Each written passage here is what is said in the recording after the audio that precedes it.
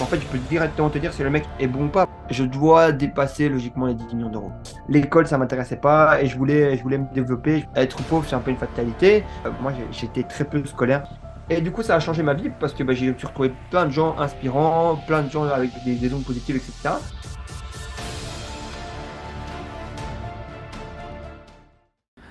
Au cours de ces 10 dernières années, j'ai eu l'opportunité de créer plusieurs sociétés. Les points communs de toutes les entreprises qui explosent sont le marketing et la résilience.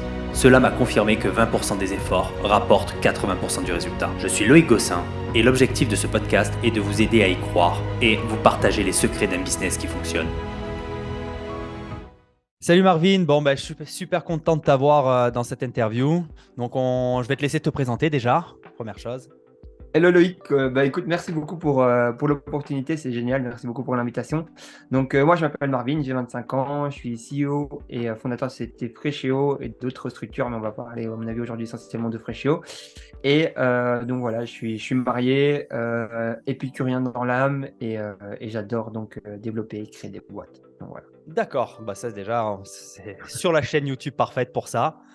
Je voulais te demander en premier lieu, à quel moment tu t'es dit, je vais me lancer dans l'entrepreneuriat? Alors en fait, l'entrepreneuriat, c'était un peu la solution de dépit pour moi. En fait, si tu veux, moi, en gros, j'ai été salarié, j'ai beaucoup travaillé, j'ai commencé à travailler vers l'âge de 15 ans à peu près, donc en restauration, vu qu'à la base, j'ai fait des études hôtelières. Donc, ce qui est bien avec la restauration, c'est que tu peux trouver du boulot assez rapidement. Donc, en gros, et je me rappelle, ma maman me disait, moi, j'étais très peu scolaire. Alors, j'essayais pas d'être un mauvais élève parce que je trouve que prof, c'est un des plus beaux métiers du monde. Donc, je me dis, les boycotter, c'était pas top.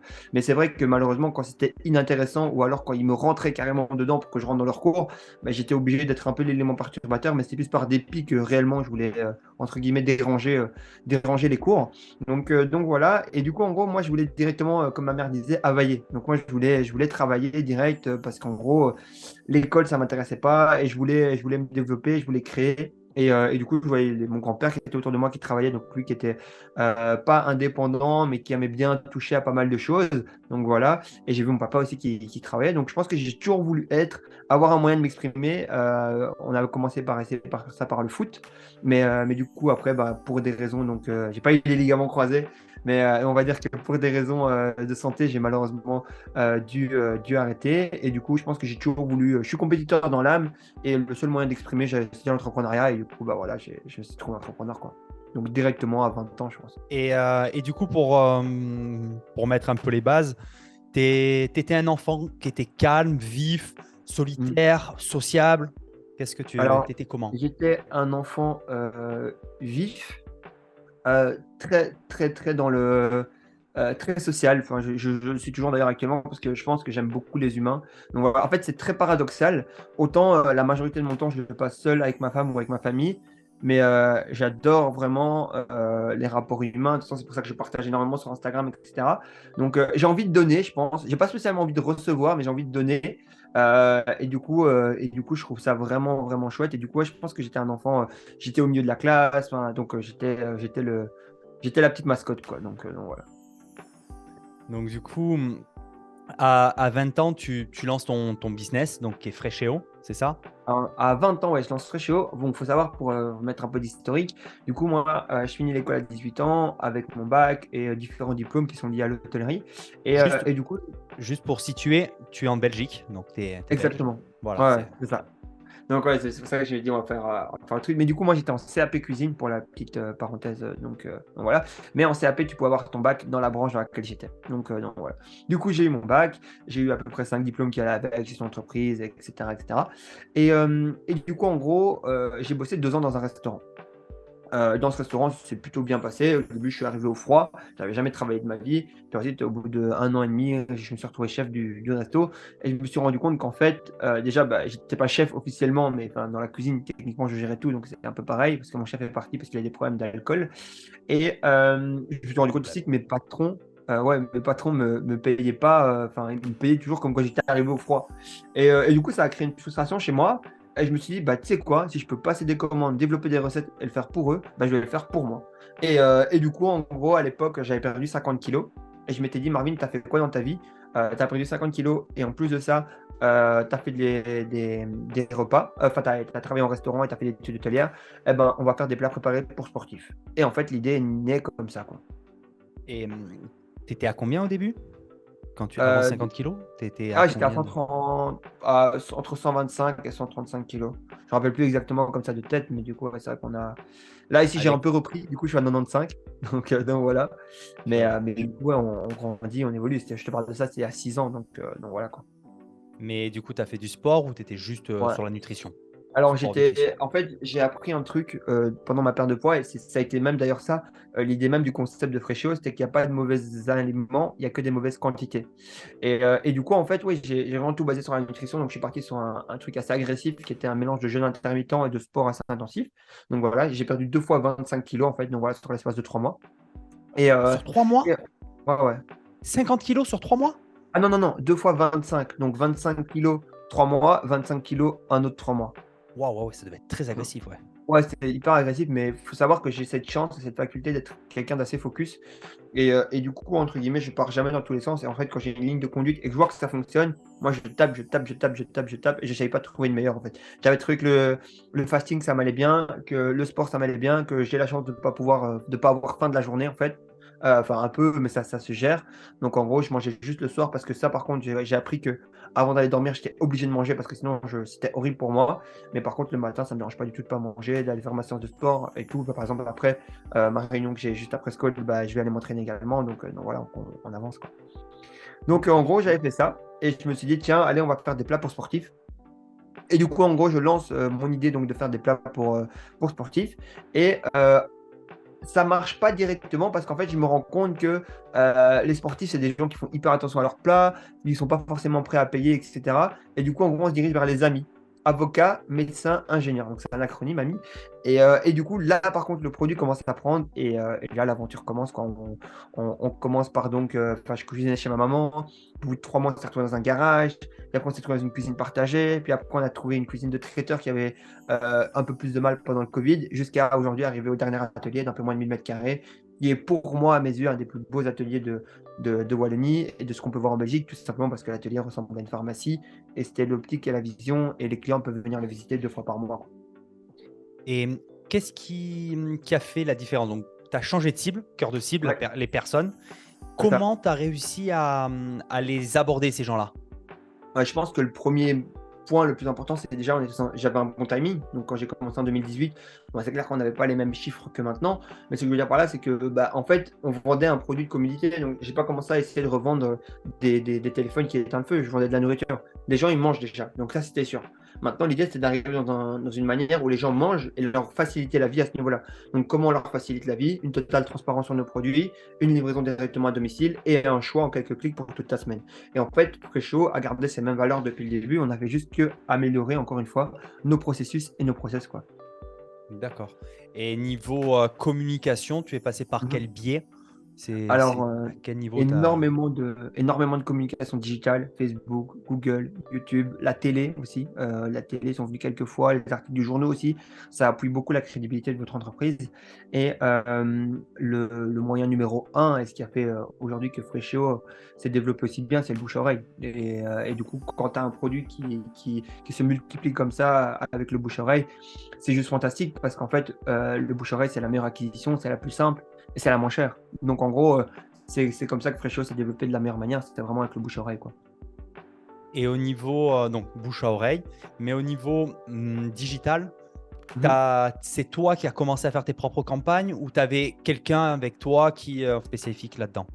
Non, en fait, c'est un peu peut-être une bénédiction aussi, mais en fait, moi, je sais rien faire. En fait, je savais juste cuisiner. Du coup, mon premier site, c'est déjà pas moi qui l'ai fait. Je sais même pas faire de site Shopify, hein. Donc voilà, le enfin le Facebook Ads, etc. Je sais même pas comment ça marche, pour être honnête.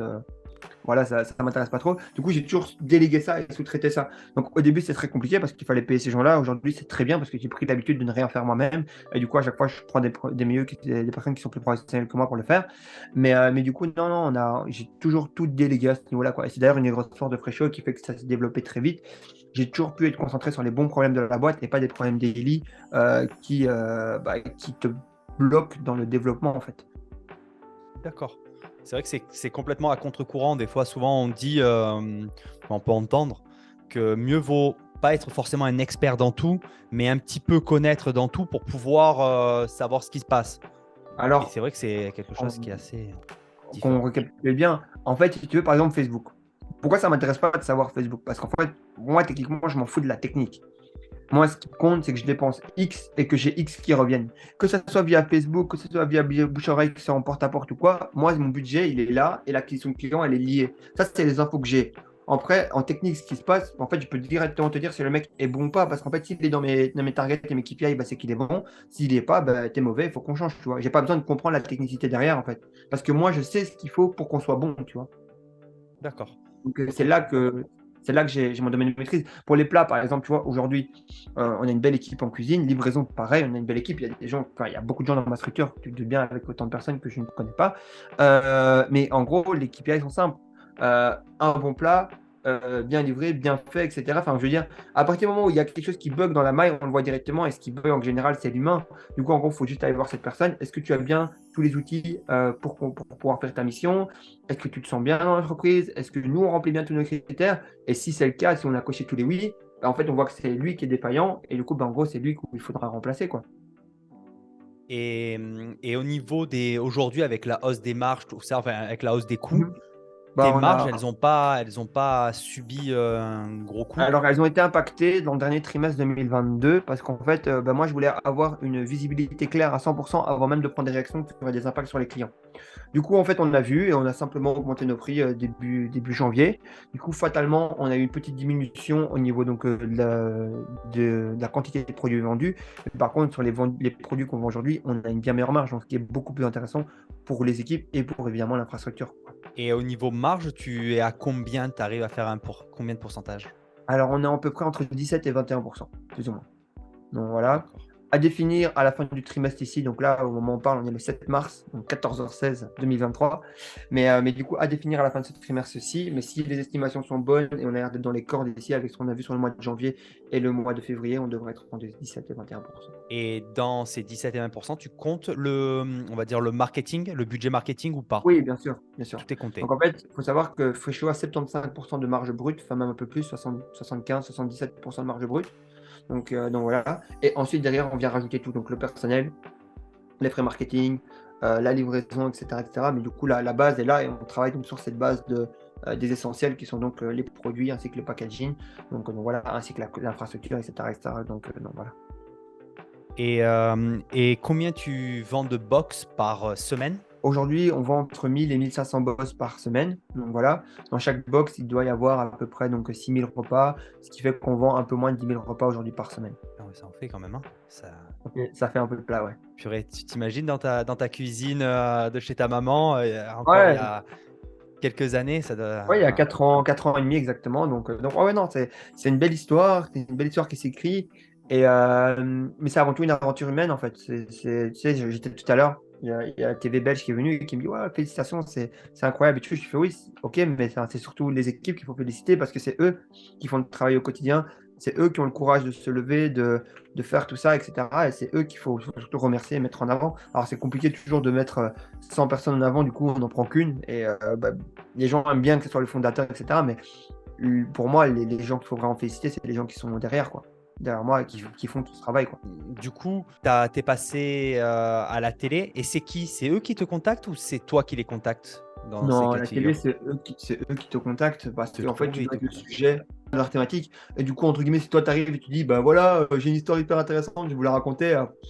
Voilà quoi. Tandis que si eux viennent te voir, ont entendu parler de ton histoire, bah, ils sont déjà beaucoup plus enclins. Tu sais, c'est toujours très compliqué de s'autoproclamer. Bon, avec les réseaux sociaux, maintenant, c'est devenu Ouais, c'est une normal. communauté. Mais ce que je veux dire, voilà, c'est toujours très compliqué de se dire, ah bah voilà, j'ai une histoire incroyable. Non, non, l'histoire incroyable, c'est les autres qui définissent si ton histoire est incroyable ou pas, c'est pas toi en fait. Si tu me Mhm. dis demain, ouais, je suis sorti miraculé d'un accident de voiture, voilà, je te dirais oui, ok. Et sinon, on va te dire, ben non, en fait, il y en a 10 qui ont fait comme toi, c'est rien d'incroyable de ce que tu as fait, quoi. Donc voilà, mais oui, c'est eux qui reviennent vers toi, quoi. Et donc, du coup, Freshéo, Ouais, tu exploses. Tu gagnes ton premier million à quel âge? 20 ans, 21 ans, quelque chose comme ça. Donc, Le... quasiment instantané à Freshéo, quoi. En fait, la première année, on fait 270 000 euros. Tu parles uniquement dans Fréchéo ou mon premier million tout court? Parce qu'en fait, si tu veux, moi j'avais des activités immobilières sur le côté aussi. qui générerait pas mal de cash. Donc je pense que pour mon premier million, je devrais avoir 20 ou 21. 21 sûr, 20 ans peut-être. Donc voilà, et 21 c'est dans Freshéo et on va dire avec mes autres activités. Donc voilà, donc oui, 21 ans on va dire. Donc voilà. C'est beau, hein? Bravo. Ouais, c'est chouette, c'est chouette. Mais les autres ont suivi très vite parce qu'en fait, le premier, on va dire, c'est un peu plus compliqué. Mais si je dis pas de bêtises, il me semble qu'en 2019, donc 2019, ouais, 21. Ouais, non, 21, 21, 21. Et Donc, aujourd'hui, non, tu es à ouais. combien de capital, on va dire, investi ton patrimoine et tu es à combien? Je dois dépasser logiquement les 10 millions d'euros en termes 10 millions. de patrimoine. Donc voilà. Je crois que je dois entre. Allez, après, c'est toujours assez variable, mais je dois être entre 10 et 14. Donc voilà. Et ça fait une différence dans la vie de tous les jours? Oui, fatalement, parce qu'on est beaucoup plus à l'aise. Mais ce que je veux dire par là, c'est que si tu peux me voir, tu vois, je ne suis pas quelqu'un de très euh, ostentatoire en termes, on va dire, de bijoux, de vêtements. Ok, c'est vrai que j'ai une passion pour les voitures. Du coup, c'est vrai que j'en parle énormément et j'ai la chance d'avoir quelques chouettes jouets qui vont arriver. Mais ce que je veux dire par là, c'est que dans mon quotidien, non, je fais toujours mes courses dans les mêmes magasins. Enfin, avec ma femme, on fait attention. Enfin, en gros, on essaie toujours de faire attention à tout ce qu'on fait. On se comporte pas différemment. Donc, oui, ça change, ça te facilite. Par exemple, j'avais des amis ou de la famille qui avaient des petits soucis monétaires. C'est clair que quand tu peux faire un virement de 10, 15, 20 sans même demander de délai, pour se faire rembourser, bah oui, ça facilite les autres. Mais est-ce que moi, ça me facilite personnellement? Voilà, j'ai jamais été. En fait, moi, j'étais frustré de ne pas pouvoir avoir, mais maintenant que j'ai eu, ben, je me sens pas. Enfin, vu que pour moi c'était un dû, ben, je me sens pas. Obligé de Au-dessus. dépenser ton argent, quoi. Non, pas Tu du sais tout. que tu peux et alors, enfin, tu n'as Ouais, pas besoin de le dépenser. Tu sais que tu peux, tu te fais plaisir dans ouais. des choses importantes, mais pas Moi, forcément important juste à mes claquer ton yeux, tu argent. vois, encore une fois, parce Voilà, que oui. pour des gens, dépenser 250, 300, 500 000 euros dans une voiture, ça pourrait être une aberration totale, et je les rejoins à 100% évidemment, quoi. Donc voilà. D'ailleurs, ça, au niveau des réseaux, on voit souvent que tu aimes bien les petits bijoux, les petites lambeaux, Ouais, tout ça. exactement. Donc, j'imagine que c'est pas juste pour t'en parles, on va dire, du moins. Tu fais des vidéos, tu fais Bien sûr. des photos. Je pense que il y a quelque chose derrière. C'est pas que Bien sûr. pour montrer que tu as une lambeau. Ça, tu t'en fous, Non. j'espère. Ah. Mais le truc, c'est que j'imagine que tu as une histoire. Qu'est-ce que tu essayes de faire comprendre après, en Alors, avant ça? une Lamborghini, enfin, la Lamborghini qui va arriver ici dans un mois et demi à peu près, enfin, le 28 avril, c'est l'histoire vraiment d'un gamin qui était assis dans sa chambre et qui a mis cette photo sur le mur, d'ailleurs, que je mettrai lors de la maison, et qui voulait cette voiture, tu vois. Et en fait, cette Lamborghini, c'est un aboutissement pour moi, en tout cas. C'est mon premier objet que je crois que j'achète, peut-être avec ma M2 à l'époque, mais que j'achète vraiment en me disant, OK, là, c'est un aboutissement de quelque chose, quoi. Donc voilà. Un peu, il y a des gens qui font ça avec des montres, il y a des gens qui font ça avec des voyages, peu importe. Moi, c'était avec cette voiture-là. Et du coup, en fait, ça représente aussi également un argument d'autorité. Il faut savoir un truc, c'est que j'aime bien parler sur Instagram, etc. Je trouve ça marrant comme canal de communication. Et malheureusement ou heureusement, ou si tu veux parler à un maximum de gens, il faut des arguments d'autorité. Aujourd'hui, la majorité des arguments d'autorité que j'ai, par exemple en Belgique, ne fonctionnent pas sur le marché français ou sur par exemple les Suisses et Dubaï, etc. Parce que eux s'en foutent que tu sois passé, on va dire, au TF1 local, tu vois, ou que voilà, ta société soit reconnue en Belgique, ou bref, que tu es, etc., etc. Donc je me suis dit, il faut un argument universel en plus de tout ce qu'elle représentait déjà pour moi. Et pour moi, les voitures, au moins, c'est le seul argument où quand il y a carrément ton nom écrit dessus, on peut pas dire oui, ce mec-là, il raconte n'importe quoi. Enfin, même si, on peut dire il raconte n'importe quoi, mais on peut pas dire oui, ce mec-là, enfin, ses conseils sont non pertinents. Et malheureusement ou heureusement, les humains sont conditionnés comme ça. Moi, le premier, un gars qui va te donner un conseil, comme là, avec un background nord, ou alors un gars qui va te donner un conseil avec sa Bugatti à côté de lui, je pense que fatalement, on va avoir beaucoup plus facile à écouter le mec qui donne des conseils avec une Bugatti. Mais c'est humain, c'est comme ça, c'est OK. Et une fois que tu as Un compris conseil les règles financier, du ouais. jeu, à ce niveau-là, exactement. Une fois donc que tu as compris les règles du jeu, bah, tu t'adaptes. Et du coup, je me suis dit, bah, OK, on peut joindre l'utile à l'agréable en ayant de l'importance et de la pertinence dans ces conseils et en même temps en alliant donc, un de mes jouets qui va donc arriver ici. J'ai vu que tu as fait un mastermind. Guillaume qui m'a dit que tu avais fait. J'ai Mhm. regardé les vidéos et j'ai vu qu'il y Ouais, avait du très beau monde. J'ai vu que tu ouais. avais des Alec Henry, des Oussama Ammar. J'ai vu que Mhm. tu avais du très beau monde. Et tu veux en parler un petit peu Avec plaisir. du Bah, écoute, mastermind? en fait, de base, c'est un peu notre groupe secret. Donc voilà. Malgré qu'on communique sur les réseaux, mais si tu verras, je ne ferai jamais de communication en mode venez, rejoignez-nous ou ça à vendre, tu vois. Donc en fait, ce qui s'est passé, c'est que moi, en 2019, un des trucs qui m'a fait beaucoup grandir, c'est que j'avais rejoint à l'époque un mastermind et ça m'avait coûté grosso modo 50 000 euros sur l'année 2020. Entre l'entrée du mastermind et après les déplacements, on était une fois à Dubaï, une fois à l'île Maurice, une fois là-bas, une fois là-bas. Bref, ça a coûté une tonne. Et donc, j'ai par contre évolué, ça a été un des meilleurs investissements de ma vie, j'ai évolué énormément cette année-là. Et en 2022, je me suis retrouvé Alors, début de l'année. juste, quand tu dis que tu as évolué, qu'est-ce que ça t'a apporté, on va dire, Alors, en ce fait, le fait mastermind? d'avoir à l'époque, avoir autant de gens, bah, tu avais 60 plus ou moins millionnaires ou à en devenir autour de toi. Et ça t'a ouvert, moi, ça m'a ouvert l'état d'esprit parce qu'il faut savoir qu'à la base, je suis à la campagne, je suis dans la cuisine, enfin, je suis qu'avec des gens qui sont assez fermés sur cet axe-là de la vie, quoi. Donc voilà, pour eux, être pauvre, c'est un peu une fatalité. Et enfin, le mieux que tu puisses avoir, c'est, je sais pas, ta maison et partir en vacances une fois par an, quoi. Donc, enfin, et j'étais en désaccord total. Et quand tu es avec des gens qui sont en vacances, eux, toute l'année, tu vois, qui n'ont même pas de maison, bah, tu te dis, OK, il y a peut-être un autre axe, il y a peut-être une autre manière de voir la vie. Alors, être d'accord, pas d'accord, il y a peut-être un hybride entre les deux. Aujourd'hui, je choisis un hybride. Mais du Mais coup, avoir le choix. ça fait tout, quoi. Ouais, voilà, il y a un autre choix. Et du coup, ça a changé ma vie parce que bah, j'ai retrouvé plein de gens inspirants, plein de gens avec des ondes positives, etc. Et en 2022, je me suis dit, tiens, c'est fou, ça n'existe plus, ça. Ça n'existe plus. Et du coup, les premiers, c'était gratuit, j'ai invité des amis. Et puis ensuite, à la fin, en fait, j'ai commencé par 10, 20, 30, 40, puis là, on est un peu plus de 50 entrepreneurs. Donc voilà, où je fais la sélection moi-même de chaque personne qui rentre. Il y a des standards, donc tu vas faire minimum 1 million de chiffre d'affaires, tu vas avoir des employés. Enfin bref, il y a beaucoup de critères à respecter pour pouvoir rentrer dedans. Et en gros, derrière, bah oui, ça coûte quelques dizaines de milliers d'euros par an. Mais on a des deals dans le mastermind qui se passent en millions, voire en dizaines de millions d'euros entre les membres. Donc on est vraiment dans des trucs qui sont assez hors catégorie et qui est clairement, à mon sens, le meilleur mastermind francophone aujourd'hui qui existe. Parce qu'en gros, mieux tu ne peux pas avoir, parce qu'en fait, tu as des gens du physique, tu as des gens du online, mais en gros, les gens du physique sont beaucoup, beaucoup plus lourds, même que certains du online, que par exemple, tu as pu citer ici précédemment, avec tout le respect évidemment que j'ai pour ces gens-là, quoi. Donc voilà, tu vois. Donc tu as vraiment en fait la parfaite alchimie entre ces produits digitaux et ces produits physiques qui a des synergies qui sont monstrueuses entre les deux. Et ça te permet d'avoir un groupe qui est juste explosif. Aujourd'hui, c'est le meilleur groupe francophone, mais j'en suis convaincu de loin, quoi. Ok. Et du coup, il y a Ultra School, donc Ouais. tu peux nous en dire un peu plus? Qu'est-ce Bah, que ça bah, du représente? coup, en fait, on avait donc ce problème, c'est que, enfin, j'avais ce problème, c'est qu'aujourd'hui, je parlais qu'avec une élite où, bah, voilà, fatalement, quand tu payes autant pour une année, tu sais pas parler aux mêmes personnes qui, par exemple, pourraient se permettre d'avoir un petit budget, mais de quand même investir sur eux. Et j'avais un manque où je me disais, mais il n'y a rien pour les gens qui commencent, en fait. Et du coup, je me suis dit, tiens, on va créer l'Ultra School. Ça va être des interviews, donc je vais avoir avec des entrepreneurs inspirants, des conversations un peu secrètes. Et qu'en gros, au même titre qu'un mime ou un OnlyFans, un peu, techniquement, c'est un peu le même délire. Et en fait, mes conversations vont être donc sur une plateforme où on va payer, donc je crois que c'est 40 euros par mois. Donc voilà. Et derrière, en fait, tu as donc la possibilité d'avoir ça, d'accès à des événements, tu as accès au groupe WhatsApp. Enfin, en fait, on a recréé quelque chose d'un peu plus petit, mais qui permet à n'importe quelle personne de pouvoir donc évoluer dans la structure. Et du coup, ça se développe super bien aussi. C'est un chouette petit side project et on s'amuse bien aussi avec ça et ça permet de continuer à partager. Je dis toujours que j'ai 3 boîtes. J'ai une boîte qui m'apprend énormément, qui est donc Fresheo. J'ai ma boîte qui me fait gagner de l'argent, c'est mon immobilière. Et j'ai également donc ma boîte donc, qui me permet de redonner, c'est Ultra, quoi. D'accord, super. Ouais. Donc, tu as de l'immobilier aussi beaucoup. Tu as Ultra qui est Alors, en j'ai gros pas le côté beaucoup d'immobilier, communauté. mais j'ai beaucoup d'opérations immobilières en cours. Je suis en achat-revente constant, en fait. D'accord, Euh, ok.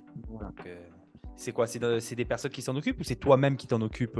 Ah non, non, j'ai une équipe qui m'en occupe. Moi, je ne m'occupe pas de ça. Moi, mon temps, il est réparti en 90-10. Donc 80% Préchéo, 10% IMO et 10% Ultra. Et dans tout ça, au niveau famille, donc tu dis que Ouais, le reste de ton temps, donc que tu passes pas à ouais, ouais, travailler, ça sera avec ta famille. c'est ça. Exactement. Donc paradoxalement, en fait, Dès que j'ai des créneaux de libre, en fait, moi, le plus important, c'est de passer du temps avec ma famille. Du coup, mais vu que ma famille travaille avec moi dans pas mal de mes entreprises, bah, je passe indirectement du temps avec eux. Mais du coup, ouais, non, j'ai la chance d'avoir une femme qui est juste incroyable et qui me prend, qui me soutient et qui est dans la même vision et l'ordre, qui sait qu'on est ici en rush pendant encore, à mon avis, 1 an, 2 ans, 3 ans, et qui après, de toute manière, de facto, par les choix de vie qu'on a fait, devra ralentir sur ça et se concentrer plus sur notre aspect famille, parce que j'aimerais bien des enfants dans le court terme. Donc voilà, un peu c'est ça l'idée et la vision, quoi. D'accord. Donc c'est vrai que d'un côté, c'est un vrai avantage déjà d'avoir une personne, toute ta famille de travailler Mhm. quasiment avec toi, que ta femme comprenne la vision, Ouais, sache qu'il y a des priorités, un ordre de priorité. Après, ça change dans la vie, bien entendu, comme tout, et heureusement, qu'on ne soit pas toujours axé argent, mais c'est ou ça. liberté financière, vu qu'on l'a des fois. Ouais. Mais donc déjà, voilà, niveau famille, tu as réussi à trouver l'équilibre, à faire comprendre autour de toi cet équilibre. Et c'est vrai que ça peut être des fois mal compris quand on a une famille qui est axée, on va dire, plaisir immédiat, et elle ne peut pas Ouais, forcément ouais. comprendre qu'on met tout l'argent, tout ce qu'on a, et on se met dans le rouge pour les mettre dans des investissements qui vont payer dans peut-être 10 ans avant ça. Et quand ça tombe, ça Ah tombe. ouais, clairement. Mais voilà, c'est assez compliqué à ce niveau-là. Ah non, et puis j'ai la chance vraiment d'avoir tout a été créé autour de moi. Enfin, j'ai tout créé fatalement, mais ma femme le sait très bien. Enfin, en gros, je lui dirais jamais non pour un truc, mais elle-même d'instinct, tu vois, ne va pas me demander un truc parce qu'elle sait que, ok, on va craquer pour ce voyage, ce truc, mais en fait, ça a tellement pas de sens comparé à ce qu'on va pouvoir faire plus tard que, en gros, on se dit, mais pff, c'est limite même tu sais, c'est peut-être hyper péjoratif comme je vais dire, mais tu vois, c'est vraiment genre un comportement, enfin, qui est débile parce qu'en fait, si tu veux, tu es là, tu te dis: «OK, moi, mon goal, c'est d'avoir, ce truc-là». Mais en fait, tu te dis: «Ouais, allez, en attendant, je vais dépenser cette petite somme-là», mais qui t'handicape dans le fait d'avoir ton goal sur le moyen long terme. Par exemple, tu vois, moi, à l'époque j'avais une M2 à l'époque, une BMW, et en fait, j'ai choisi de la vendre et de rester 2 ans sans voiture tant que j'avais pas ma Lambo, quoi. Donc voilà, et au final, au moment où j'arrive pour acheter ma Lambo, bah, en fait, maintenant, je peux en acheter plusieurs, tu vois? Et après, du coup, ce que je vais faire, je vais revendre ma Lambo et puis après, bam, on va essayer de partir sur directement des hypercars, tu vois? Donc voilà, et parce qu'en fait, tu dois couper court terme pour pouvoir avoir le temps de refuel, et après, bam, tu peux sortir plusieurs, enfin, tu peux te recharger beaucoup plus, quoi. Donc voilà, c'est des mécanismes, mais en attendant, il faut pas juste penser, il faut passer à l'action, quoi. Donc voilà, quoi. Et donc, tu voyages beaucoup? Tu Ouais. es souvent en déplacement? Très souvent, bah, là, par exemple, pour le mois de mars, on a à peu près un voyage par semaine, mois d'avril, pareil. Donc ouais, ouais, Ah oui. on a 5 choix que j'ai fait. Toutes mes équipes enfin, j'ai des calls réguliers avec toutes mes équipes et je gère toutes mes entreprises via WhatsApp. Donc voilà, et du coup, ouais, c'est un choix de vie. Donc voilà, on essaye vraiment de bouger un maximum parce que je veux pas rester là ici. J'adore la Belgique, c'est mon pays de cœur, et comme je dis toujours, il y a pas de meilleur endroit où je me sens que quand j'arrive à l'aéroport de Zaventem. Donc voilà, que celui de Bruxelles, en fait, mais en gros, j'ai besoin de bouger continuellement, quoi. La semaine prochaine, cette semaine-ci, je bouge pas. Bah, je reviens de Paris hier, mais en gros, je veux dire, la semaine prochaine, je pars 2 fois, quoi. Donc voilà, j'ai besoin de bouger régulièrement. Et quand tu pars où le plus en ce moment? En général, je vais voir toujours des personnes qui sont liées à mes entreprises, que ça soit des prestataires, que ça soit des fournisseurs en plus, que ça soit des idées de développement. Pour te faire un petit contexte, ici, la semaine prochaine, je pars à Montpellier chez mes prestataires. Puis ensuite, en gros, je pars à Malte. Là, ici, c'est pour une autre de nos entreprises sur lesquelles, en gros, on doit faire de la visite de lieu pour un nouvel événement. Puis ensuite, après, on part à Los Angeles pour l'ouverture de Freshio à Los Angeles. On revient, on a de nouveau donc, une date ici. Donc là, j'ai un événement donc, avec un club automobile. Ensuite, on enchaîne sur le mastermind de Dubaï. Et après, bon, j'ai 2 jours privés avec ma femme, mais on repart encore à un autre endroit. Et après, derrière, bah, on réenchaîne avec donc, un nouveau déplacement encore pour Freshio. Donc voilà. Ouais, donc ça bouge, ça bouge, ça bouge. Ouais, il faut. Il faut, il C'est faut, il cool, faut. ça Le, c'est le cool ça. monde bouge, il faut être dans le mouvement, quoi. Et au niveau des hobbies, Ouais, qu'est-ce que tu fais alors? Paddle, on a compris. ouais, paddle de temps en temps, mais là, malgré, tu sais, je suis dégoûté. Ça fait genre 2 mois, je crois, que j'ai plus joué. 2 mois et demi, hein. Alors qu'à un moment, je jouais une fois toutes les semaines. Mais après, chaque fois, c'est des choix, hein, tu sais. Mais non, non, en hobby, je reste vraiment dans ma passion qui est pour l'automobile. Comme je te le disais, tu vois, ben, j'ai la chance début avril d'avoir un event qui joint les deux. Donc c'est un event où je suis invité donc, par une des marques dans laquelle je suis propriétaire de voitures. Et du coup, on va dire que je reste dans mon secteur automobile. Et sinon, j'essaie de pas trop m'éloigner. Maintenant, je dis jamais non à un resto en semaine avec des business partners ou ce genre de choses. Parce qu'en général, tu verras que la majorité de mes relations ont un intérêt économique. Parce qu'en fait, si tu veux, euh, le très peu de relations que j'ai en intérêt non économique, c'est vraiment des gens que je considère comme ma famille. Et c'est des gens, entre guillemets, qui sont très très peu, genre que je peux compter sur les doigts de ma main, tu vois. Donc voilà, donc en fait, en général, quand je me déplace, c'est pour du business ou sinon bah, je reste avec ma famille parce qu'en fait, sinon il n'y a pas de lieu de rester. Enfin, si je veux des gens que j'aime autour de moi, si c'est déjà donné de l'amour à ma famille, ensuite j'irai donner de l'amour aux autres. Mais ce que je veux dire par là, c'est en général, je suis toujours avec ma famille, quoi. D'accord. Et du coup, quand tu veux trop relaxer, c'est quoi avec ta famille? C'est tranquille, c'est chill, vous voyagez un peu, Alors, vous restez. j'ai cette chance d'avoir une vie qui est assez dynamique et du coup, je ne ressens que très très rarement, donc je dirais quelques jours par an vraiment. Je suis sûr qu'on peut les compter également sur le doigt peut-être des deux mains, les jours où je me dis, ah, faut vraiment que là, je me relaxe, quoi, parce qu'en fait, en soi, j'aime ce que je fais. Donc, ce qui se passe, c'est que des fois, malheureusement, c'est de la fatigue physique, mais pas mentale, tu vois. Donc, oui, ça m'arrive de dormir un peu plus tard ou ce genre de choses de quoi. Mais en gros, mentalement, vu que je vais bien, en fait, c'est juste quand mon corps est fatigué, mais ça, c'est juste, tu dois juste dormir, mais ça dure jamais plus de 24 heures, quoi. D'accord. Donc là, j'ai une question un peu spéciale. Si tu devais Mhm. repartir de zéro, Mhm. zéro, enfin, Ouais. avec ce que tu sais, qu'est-ce que tu mettrais en place pour arriver où tu en es?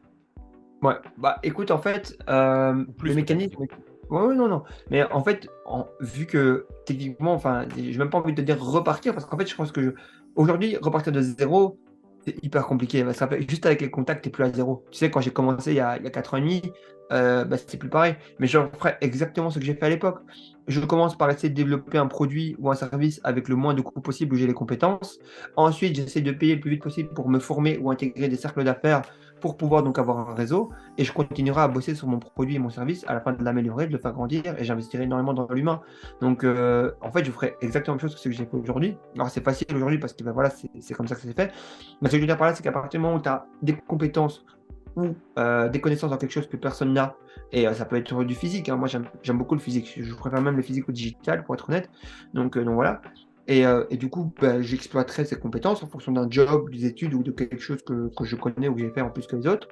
Et en fonction de ça, j'essaierai de m'améliorer et de peaufiner donc, la solution à ce niveau-là. Et ensuite, j'investirai vraiment dans mon réseau et dans moi-même pour pouvoir donc avoir le plus vite possible des gens compétents autour de moi, des gens motivants et des gens inspirants, quoi. C'est vraiment quelque chose où j'en suis aujourd'hui. C'est donc on parle de mastermind tout à l'heure. Mmh. C'est vraiment, je suis en train de me poser la question moi pour moi-même justement, Ouais. de chercher à rentrer soit dans un mastermind, soit dans Mmh. une communauté, on va dire, d'entrepreneurs, Ouais. plus sur le côté digital parce que en termes de business, j'ai envie d'arrêter tout ce qui est business physique, moi au contraire, Mmh. avec la restauration qui me prend énormément de temps. Je suis voilà, j'ai mon premier restaurant à 19 ans. J'ai commencé la restauration à 14 ans en tant que Mmh. plongeur. Et D'accord. voilà, vraiment, après, j'ai eu un CAP d'électricien. Je suis parti vivre à Londres. Et quand je suis Ah oui, donc tu revenu, as vraiment fait physique, physique, quoi. voilà, quand j'ai repris, ben, voilà, j'ai commencé. Moi, je suis du sud de la France. Ok. Et donc, c'est très saisonnier. Donc, ça veut dire que pendant 6 mois, on se fait cartoucher. Et après, il n'y a plus rien. Voilà. Et après, l'hiver, j'ai tout le temps. Et là, j'ai vraiment envie de swiper, en fait, de passer sur du business digital pour pouvoir m'expatrier. On aimerait vraiment voyager avec ma compagne. Et du coup, je me dis, est-ce que ça serait intéressant pour faire encore plus vite grandir mon business, pour aller plus vite en termes de mental, rien que d'ouverture Ah. d'esprit? Est-ce que ça serait pas l'étape supérieure que je dois mettre en place de rentrer voilà, dans une communauté de personnes qui sont devant moi, quoi, sur quasiment tout? Moi, je pense, et tu sais, c'est pas physique, digital, ce genre de choses. Tu sais, aujourd'hui, je suis plus libre que la majorité des gens qui sont en physique. Pourquoi? Parce qu'en fait, je travaille moins que quelqu'un qui est en physique. Les gens en physique, ils doivent faire leur page de vente, ils doivent faire leur machin, leur truc et tout. Moi, je fais pas de page de vente. En fait, je gère une entreprise comme n'importe laquelle. Alors oui, je vends des produits physiques, mais c'est pas pour ça que je vais faire des barquettes, tu vois, ce genre de choses. Je gère une entreprise. Que tu gères une entreprise, que ce soit physique ou online, le principe est le même. Aujourd'hui, les gens les plus conséquents, donc pas quand même de patrimoine qui ont dépassé 50 millions d'euros. Donc voilà, ben, là ici, en fait, il y a des gens qui ne font rien de physique, tu vois. Enfin, les gars ne font même pas enfin, ils font rien en fait. Enfin, ils ont même des assistants de perso, etc. Et ça, c'est un truc à laquelle on aspire tous. Et pour moi, le fait d'être. Alors, avoir la liberté géographique, c'est une chose, mais avoir la liberté financière totale, c'est une autre. Hein. Enfin, c'est vraiment. Enfin, aujourd'hui, je ne réserve pas mes voyages, je ne réserve pas mes trucs. Enfin, je viens, j'ai mon planning dans mon petit téléphone. Tu vois, en gros, elle me met mes voyages, elle me met mes trucs, je clique, je prends ma carte d'embarquement, ma valise est déjà faite. Enfin, c'est plus libre que ça, tu meurs, alors qu'en fait, tu vois, on est dans du physique, tu vois. Donc, en fait, je pense que c'est une manière de manager et d'organiser. Et c'est pourquoi je te dis ça. C'est parce qu'en fait, aujourd'hui, tu vois, ça, c'est une question de vision, d'état d'esprit et surtout de ce qu'il y a autour de nous, tu vois. Et aujourd'hui, moi, je les vois tous, ces entrepreneurs-là qui sont les cadors, par exemple, du groupe Ultra. Mais c'est des gens qui inspirent et qui éduquent tout le monde, quoi. On a un gars qui fait des promotions immobilières de plus de 135 millions d'euros, tu vois, et qui n'a même pas. Enfin, il est tout seul dans sa boîte, tu vois. Enfin, il est tout seul, tout seul, tout seul. Donc voilà. Et du coup, en gros, enfin, tu sais, là, il t'apprend à déléguer les prestataires, comment choisir les bons prestataires, comment, enfin, les bons avocats avec qui travailler, comment avoir un dossier à la banque pour le crédit. Enfin, tu vois, là, on te parle d'un axe, mais tu as un autre gars, enfin, après, il y a beaucoup de domaines qui sont confidentiels, mais tu as un gars qui est dans l'automobile, qui vend, achète et revend 100 voitures par mois, et il passe la majorité de son temps en Thaïlande, tu vois. Donc, enfin, ou là, ici, il revient de Dubaï pour une foire alimentaire parce qu'il a une autre de ses structures. Donc, en fait, tu apprends surtout à déléguer correctement, déléguer avec des gens fiables, et en fait, à toujours tout faire autant. Et je te dis, enfin, ces mecs-là, pour moi, ils sont beaucoup plus libres que la plupart des gens qui me disent je suis libre en voyageant mon business, etc. Et surtout, ils sont assis sur beaucoup d'argent parce que là, on est sur du physique, quoi. Tu sais, tu me parlais de ton cas restaurant. Moi, un restaurant, si j'en ouvre un, je mets les pieds dedans une fois ou deux fois par mois maximum au début, et puis plus jamais déjà. Et ensuite, tu veux, pourquoi? Parce que c'est déjà dans ma vision, tu vois. Il faut un chef, il faut un machin, il faut un truc. Enfin, je n'y retourne plus, alors que je sais très bien comment ça marche, tu vois. Mais en gros, je n'y retourne plus. Et tu vois, c'est comme ça, à mon avis, que tu construiras tes entreprises. Mais en fait, si tu veux, en ayant ces gens-là autour de toi, tu vas faire une piqûre de rappel tout le temps. Tu vas dire, mais je suis un Mongolien. Pourquoi moi, j'ai pas ça? Pourquoi j'ai pas ça? Pourquoi j'ai pas ça? Pourquoi j'ai pas ça? Et en fait, ça va te faire des piqûres, des piqûres, des piqûres, des piqûres. On a un gars, tu vois, que j'aime beaucoup, qui à la base, tu vois, était un peu, pas plus, il a aussi dans un domaine physique. Et puis là, bah là, maintenant, il a pris une équipe, directeur de développement, machin, bazar et tout. Et là, le mec, bah, il commence à décoller parce qu'en fait, il est plus dans ses business, il est plus dans ses trucs. Et en gros, il a une vision vraiment de hauteur sur tout. Alors oui, fatalement, au début, il va faire un peu moins de marge, etc. Mais on s'en fout. Parce qu'en fait, il va avoir. Après, son seul problème, ça va être de dire ok, bah là, on va faire comme ça pour gagner juste un peu plus là. Et hop, tu as juste aligné comme ça sur ton tableau Excel. Tu donnes l'implantation et c'est bon, c'est ok, quoi. Donc moi, je pense que D'accord. clairement, ça doit être ta priorité d'avoir des gens de qualité autour de toi. Et que ce soit sur Mastermind ou pas, peu importe, mais ça doit être. Tu dois avoir des conversations toujours. Moi, je te dis, on le voit dans le groupe, tu vois, il y a des groupes, ça change tout le temps. Celle-là, c'est con, mais il y a un gars qui arrive et qui dit, encore un business physique quand même. Un gars qui dit, ouais, du coup, on va prendre l'équivalent français, donc Carrefour Express, je crois que vous avez, vous. Bah, nous, on a la même chose, ça s'appelle de l'Est, tu vois. Et en gros, si tu veux, le gars dit, ben voilà, ça génère à peu près, je crois, 400 000 euros par an, quelque chose comme ça. Et ça demande 400 000 euros d'apport, tu vois. Et nous, ce qu'on s'est dit, bah écoute, venez, on fait un test, on met tous 40, tu vois, on prend un DG, parce que déjà, personne ne s'est dit, tu vois, personne ne s'est dit, tu vois, je veux bosser dans ce Deleuze, on s'en fout totalement. On va prendre un DG, on va regarder un peu la structure de coûts, les plans financiers, etc. On met tous 40, on fait un test, tu vois. Et en fait, si tu veux, regarde si ça marche bien, on en a 10.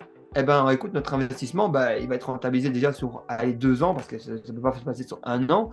Mais en fait, après, derrière, on a, enfin, je sais pas moi, 40, 80, 120, 160 cas qui vont tomber tous les ans à cause d'un truc automatique. Alors évidemment, il y aura des intempéries, etc. Ce que je veux dire par là, c'est que c'est encore un gars qui vient, qui apporte la vision, qui apporte le projet. Et ça, c'est un truc sur lequel tu n'investis jamais.